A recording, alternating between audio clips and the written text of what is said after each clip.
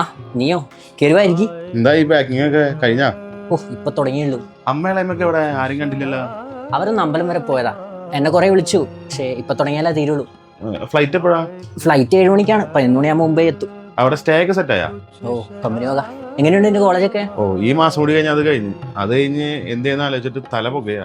Seniors ഒക്കെ ഓരോ സ്ഥലത്ത് സെറ്റ് ആവത്തുണ്ട്, പലരും വെറുതെ ഇരിപ്പാണ്. ഈ നാട്ടിൽ നിന്ന് രക്ഷപ്പെടാൻ പറ്റുന്ന എനിക്ക് തോന്നുന്നില്ല. ഈ ഫിനാൻസ് ജോബി കൊണ്ടൊക്കെ പിടിച്ചെടുക്കാൻ പറ്റും. പിന്നെ പക്ഷെ നമ്മുടെ ബികോം വെച്ച് നടക്കുമെന്ന് തോന്നുന്നില്ല. ഇവിടെ ഏതെങ്കിലും ജോലി കയറിയാൽ 10-15 കിട്ടും. ഞാൻ എത്ര നടന്ന? ഓ ഈ ബികോം പഠിച്ചു കഴിഞ്ഞ് ഇനി എപ്പോ പഠിച്ച് ജോലി ആവാനാ? അങ്ങനെ വെറുതെ ഒരു കോഴ്സ് പഠിച്ചിട്ട് കാര്യമില്ല.